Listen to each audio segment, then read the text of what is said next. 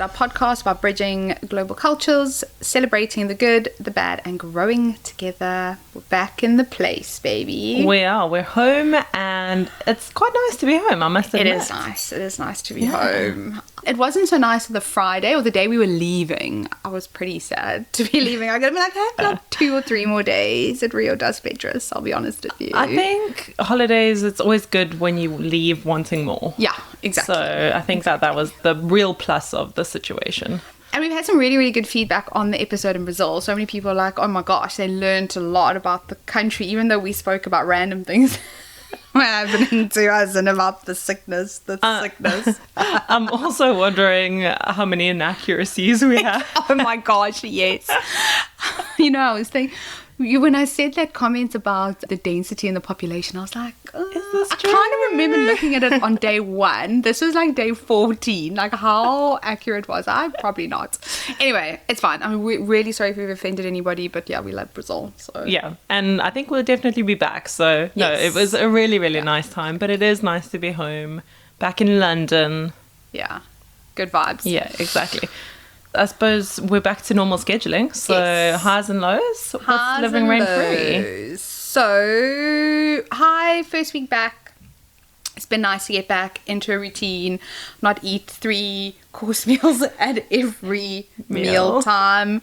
My body didn't know what to do with itself. While it's been so nice in London, the low is my allergies are just horrific, like disgusting. Just not getting any better. There's a lot of congestion in this, but otherwise it's really good to be back. Nice, that's good. I must say, I'm going to jump in here with my own high. Yeah. But that is that we're back in London, and it's just the weather's been so nice, and just getting back into that routine. I agree completely.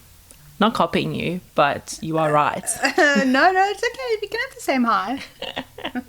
My low is the sun was lovely on holiday, but my pigmentation is quite bad now. Yeah, like it's all just popped right out. And it's just such a reminder that the sun is really harsh. Even when I was in the shade most of the time, you can confirm I was No, but you're one of those annoying people. I was competing on holiday for your tan, but I was working so hard on the tan. I was like in the sun with my factor 30. I mean, I was factor 30. I do put a lot of sunscreen on. Yeah, you do. But you literally sit in the shade and you still came back with a better tan than me. I was so annoyed. How did this happen? I worked so hard covering the face, anyway, but yes, my pigmentation is also completely out. Yeah, I just had my wide brimmed hat on in the every shade. day, in the shade. And you got such a good tan. Anyway, is there anything living rent free in your head? So I would say that something I've been thinking a lot about this week is don't be an asshole. Yeah. And I know that seems really obvious, but I was on a client call the other day, and they were just such lovely people. And that's just at work. But, I mean, we can be nice people to the cashier, and we can be nice people to just have some manners walking down the street. You get further in life when you are nice. Bees, honey.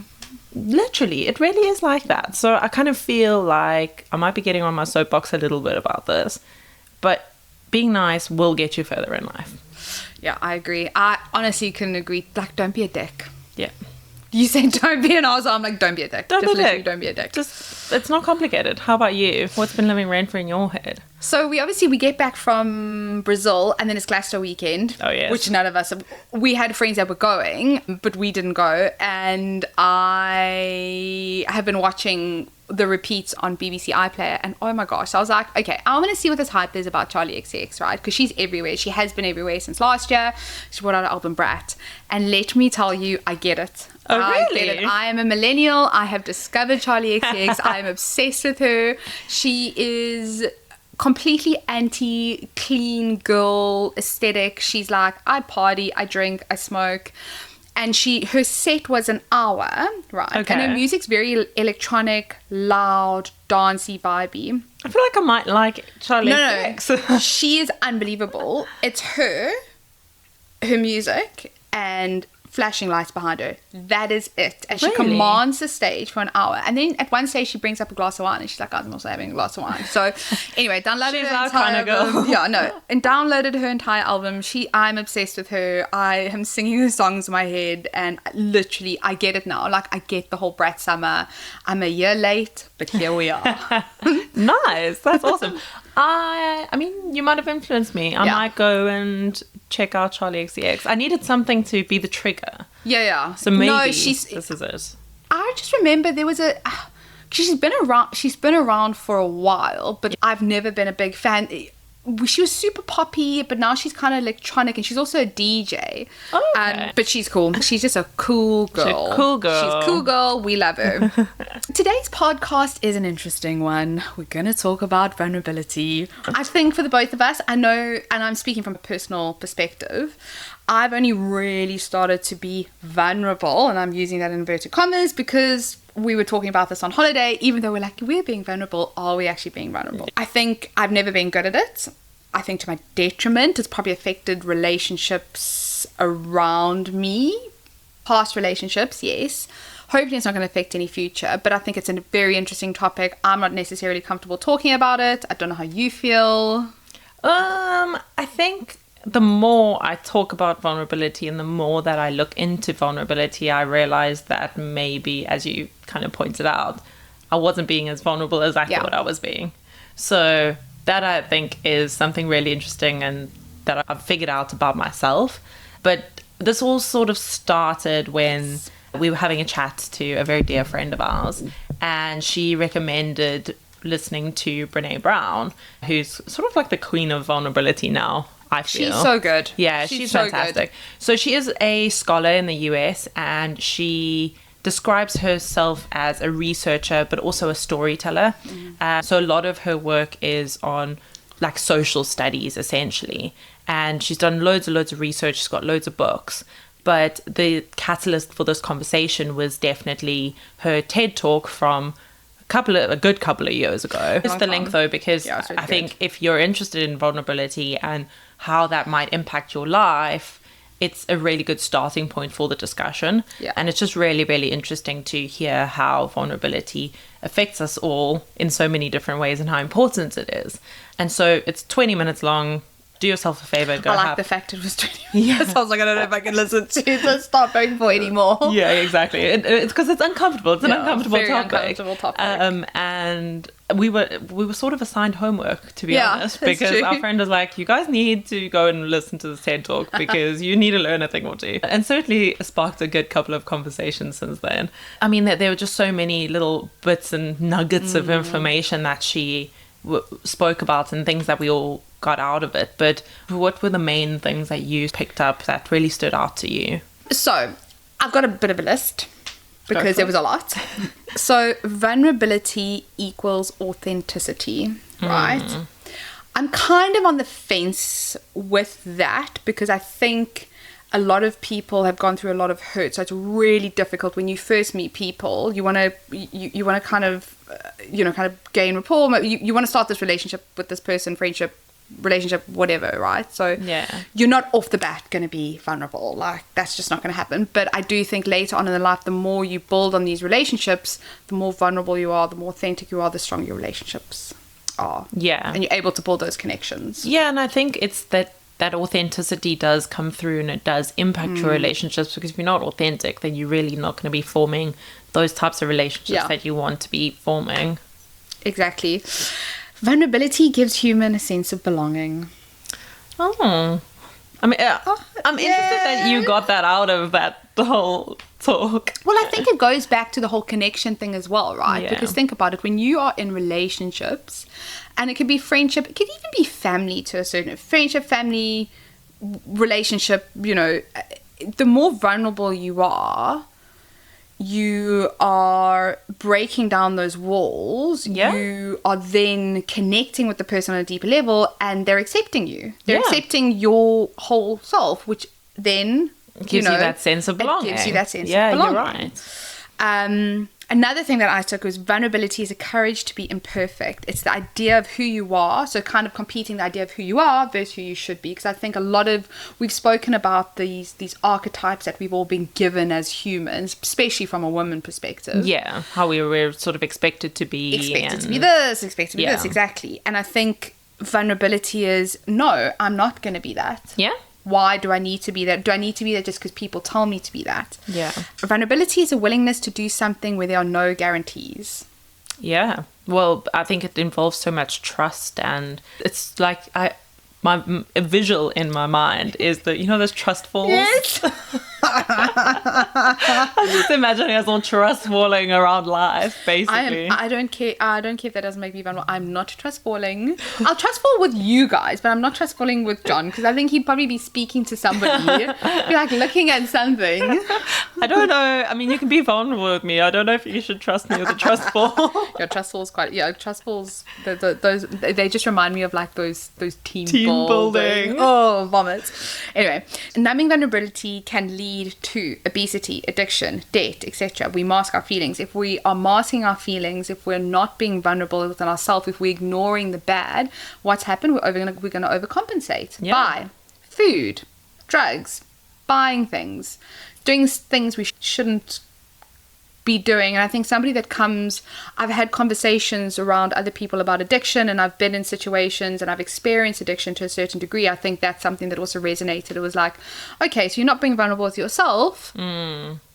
That's going to lead you to mask it with a substance or whatever, whatever the case is. Yeah, exactly. And just to jump in there, I think something that really the connection between numbing and joy is you can't only numb the bad stuff. Yes. And that was literally going to be the next thing. So that was sorry, I'm jumping ahead. No. I just find it so fascinating. It's okay to be living in the uncertain. Lean into the sad, but you can also lean into the joy. Yes. And that's exactly what you were saying as well. Yeah. And I love that. Lean into the joy.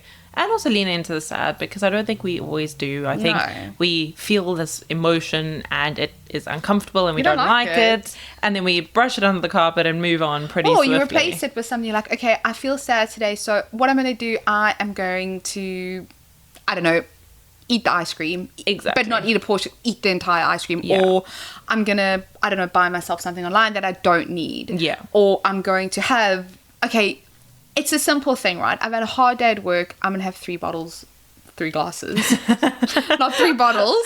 I'm going to have 3 glasses of wine or whatever it is. You know what I mean? Because you're not living in that you're not kind of feeling that frustration and that anger. Yeah. You're just like, I'm going to take something to numb my pain. Yeah, exactly. And then something else that also stood out was a lack of vulnerability.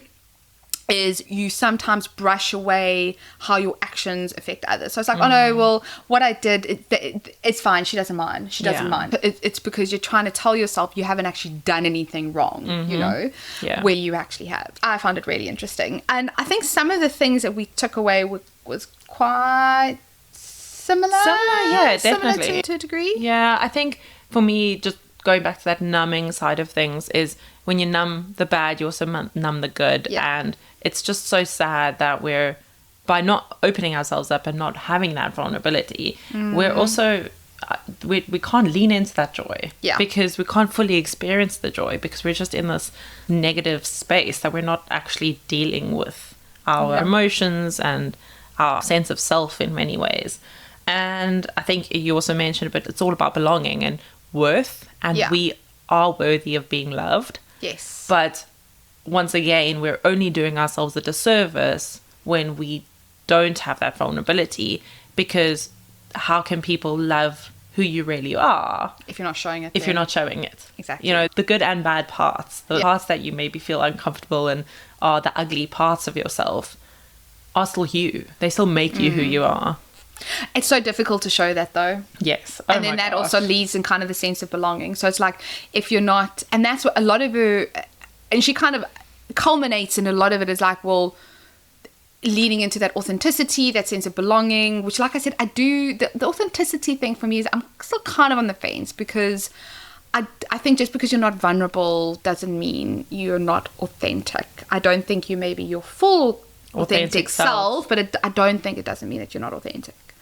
How do people become vulnerable? Do you think people are taught? Do you think it's part of their DNA? Do you think some people are just naturally a bit more vulnerable than others? What is your thought?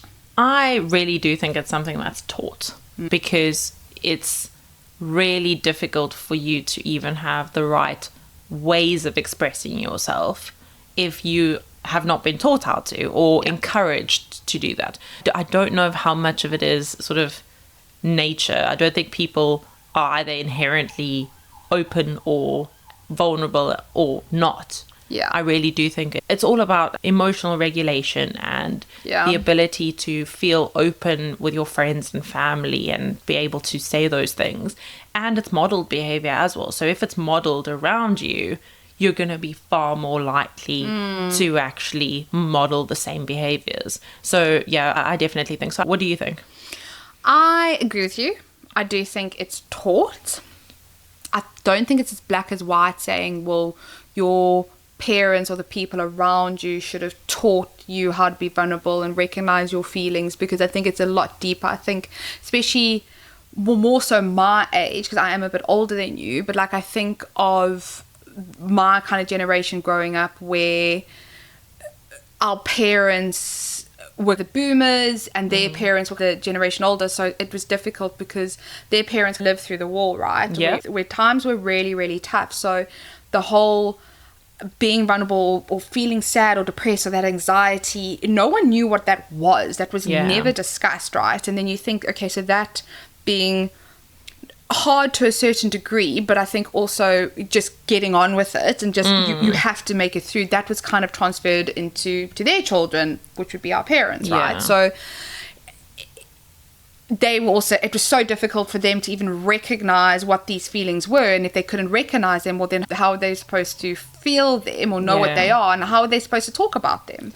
So it's very much dependent on your upbringing. I think it's very situational. I think you can be taught vulnerability. I think a lot of people in this world will never be completely vulnerable because they don't want to, because it's such an uncomfortable feeling. But I do think you are taught and encouraged by those around you to be vulnerable. Yeah. And you learn from seeing these people around you. So that's how you learn how to not be or be.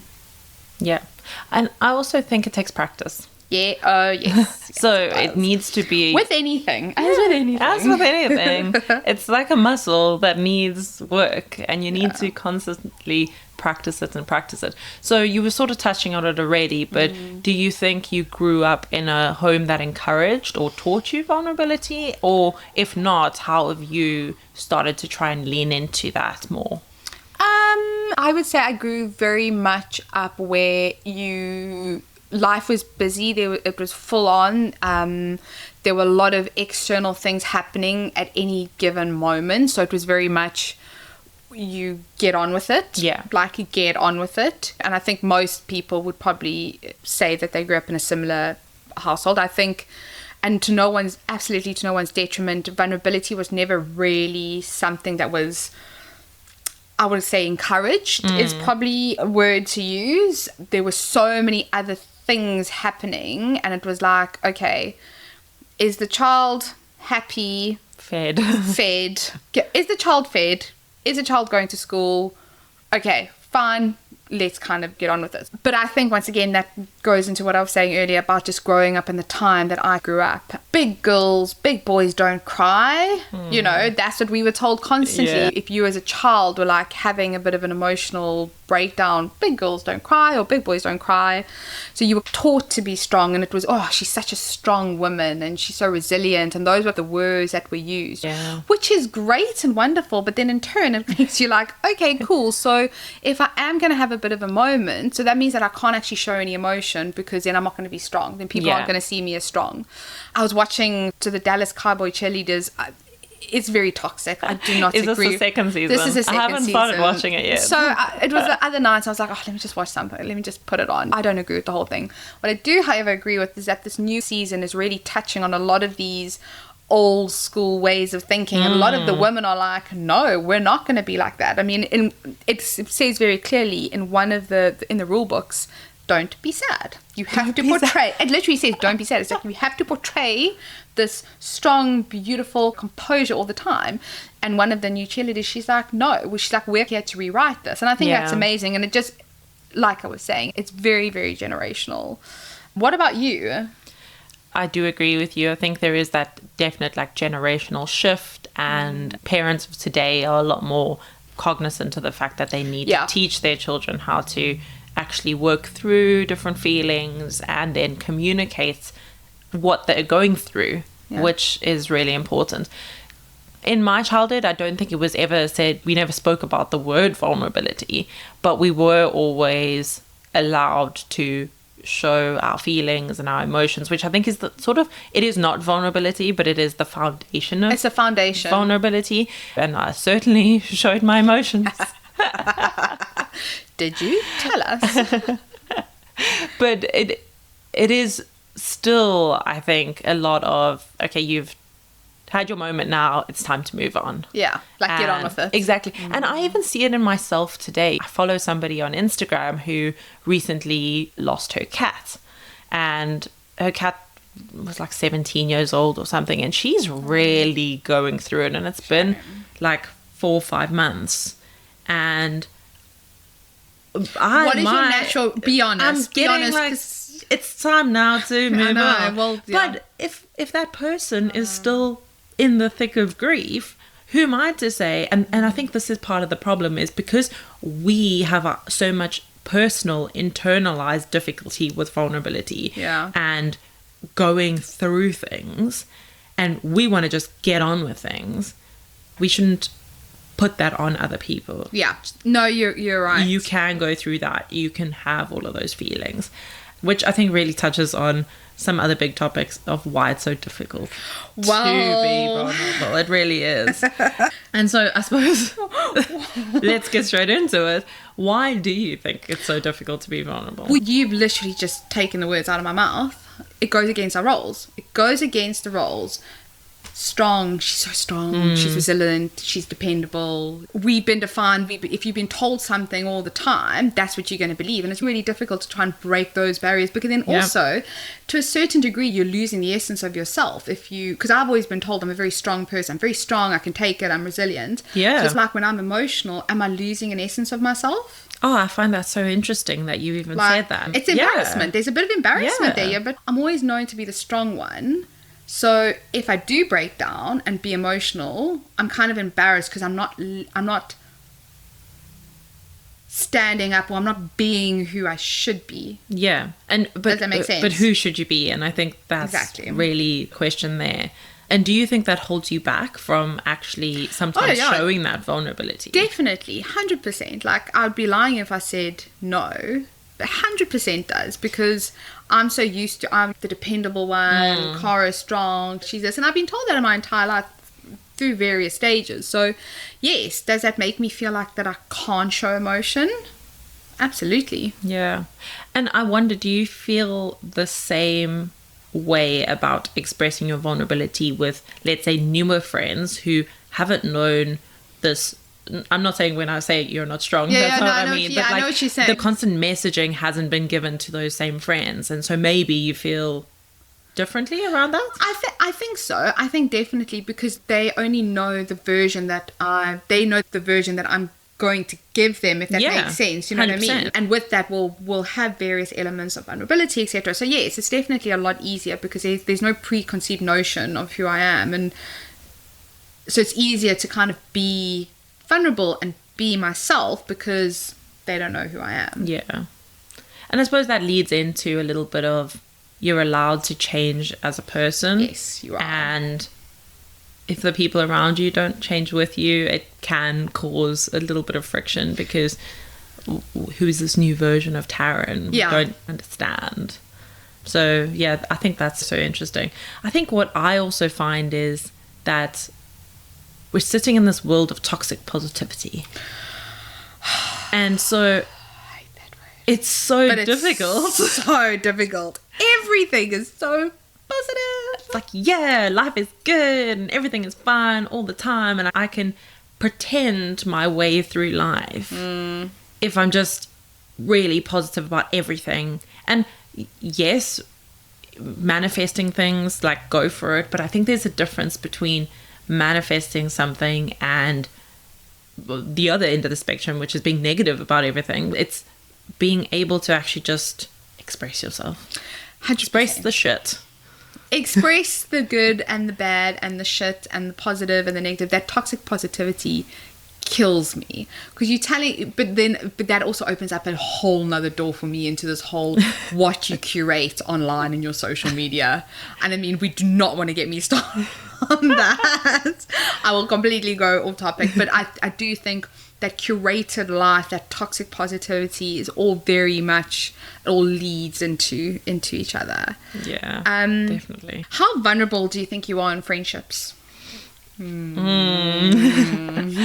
It's actually really funny, because the way I am being a little bit socially awkward, I don't think you are. Well, I suppose because I know you. Yeah, obviously. I'm not socially awkward around you. I'm not. But when I go into new situations, or when I'm trying to make friends with someone, and I've identified someone that I can make friends with you now. Real friends? Well, this is the thing, right? I know the steps on how to form a friendship. Yeah. And you need to form a commonality. Okay, cool, tick that. Then you need to share something about yourself. And that is the way that you then bond, because now you're sharing something about, and then hopefully they'll share something about themselves. And the truth of it is that's a real opportunity for you to be vulnerable and open about your true self. But in my mind, I'm like, okay, I can go ahead and prepare what I'm going to share with this person. And then I'll come up with something that is not going to open me up to anything. Like, it's not that vulnerable, but I can pretend to be vulnerable to form this connection. But I'm only shooting myself in the foot, because all the times I've done that, I don't find that those are the friendships that end up being the authentic friendships where I can be myself. Whereas being vulnerable with each other and stuff, you're able to form much, much deeper friendships. 100%. It's just so funny the way you're describing it. I can imagine you sitting, okay, today, it's difficult making friends when you're older, I get it, but it's like, today, this is what we're going to talk about. We're going to talk about X, Y, Z. But you know, it is okay if you go into situations like that to think that, because then you're not closing the door on vulnerability completely. You're potentially in the future. I think when you think it's about that trust, for me, vulnerability and trust is a massive link in friendships. And I think the moment you feel safe with the people, safe with the person, safe with a group of friends, whatever, and you feel you can trust them. There's a difference between judging actions, as we've discussed, and judging a person. And I think that trusting the situation, you're trusting the safe space that you're in, I think that is when the vulnerability comes out. Look, I can definitely say there are certain friendships where I'm completely vulnerable and completely myself, and there's certain friendships where I'm not. And that's fine as well. I don't think we're not going to be talking vulnerability machines. I'm sure it's all not going to be. I just want us all to be talking vulnerability machines. I mean, maybe in the future, but I can't do it now. Do you think that there should be a level of expectation in friendships about the amounts of vulnerability that you actually show?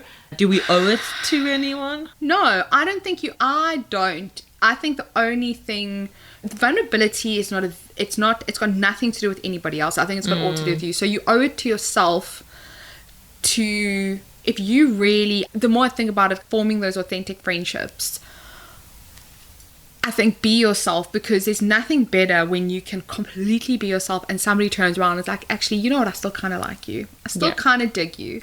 So I think it's the ball's in your court. I mean, that kind of goes into how vulnerable do you think you can be? Do you think there are sort of any expectations around your friends being vulnerable? If you feel like you're giving and you're not getting, what does that kind of dynamic look like? Yeah, and where does that leave you? Where does that leave you? Exactly. At what for level of friendship? I agree with you, but I think you owe it more to yourself than anybody else to be vulnerable. And when you are, you're only going to benefit the friendship in the long run.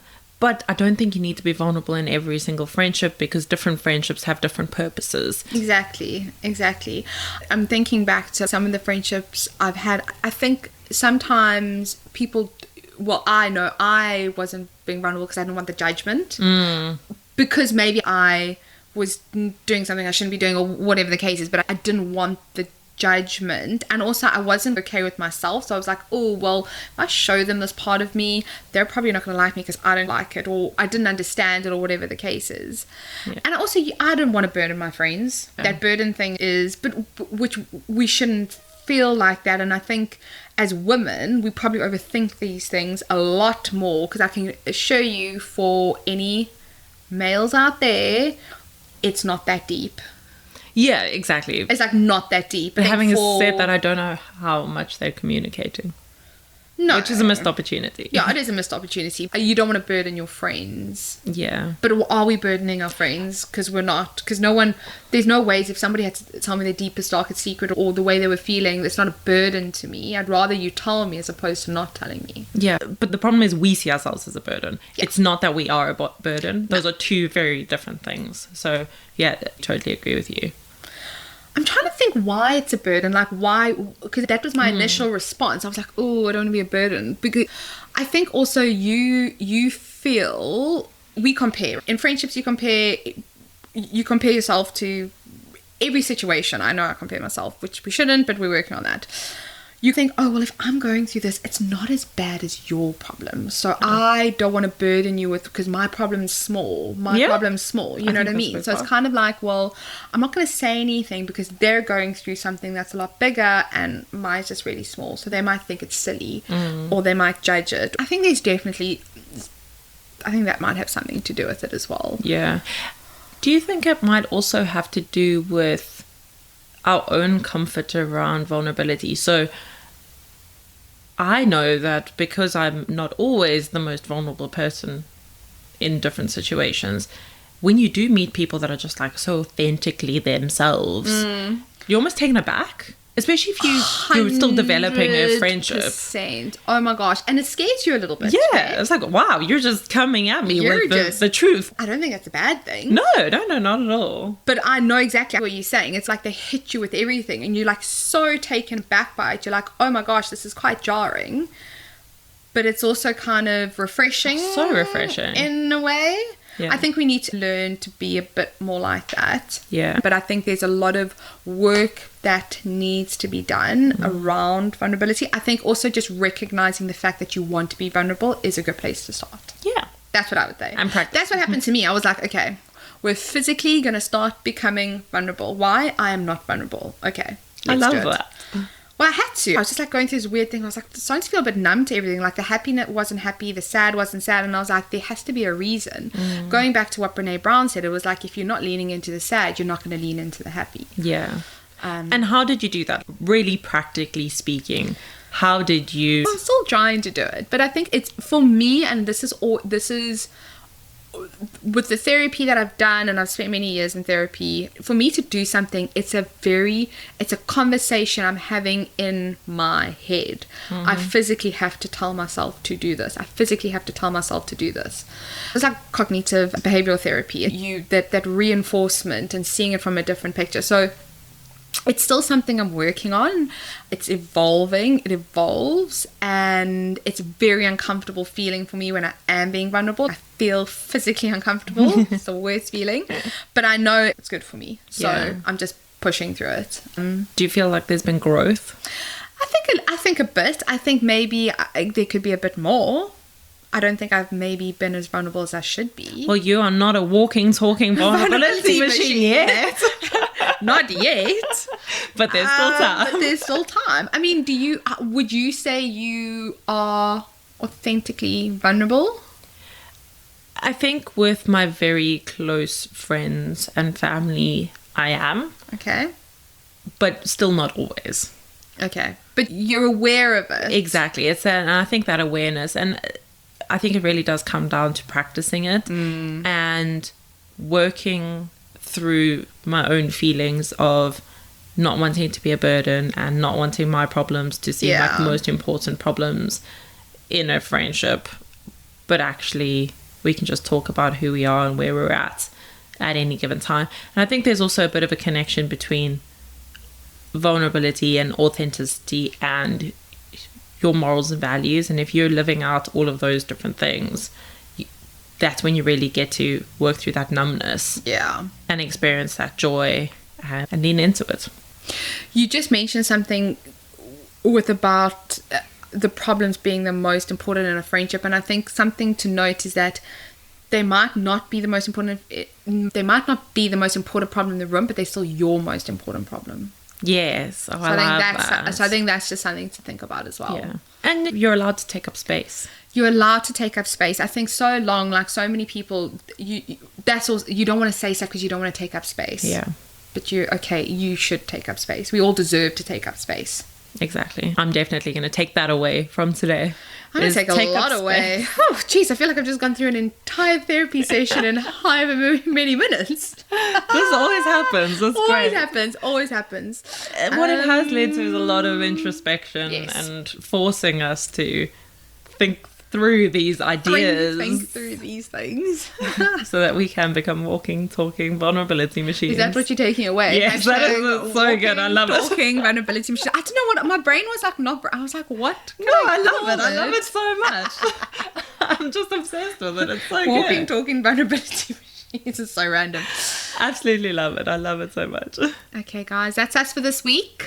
Don't forget to follow, like, subscribe, and comment. We Comment. love your comments. We love comments. Tell us why you struggle with vulnerability. Thank you to our top commenters. We always appreciate you guys commenting so much. Yeah, we love you guys, and we'll see you next week. Bye. Bye.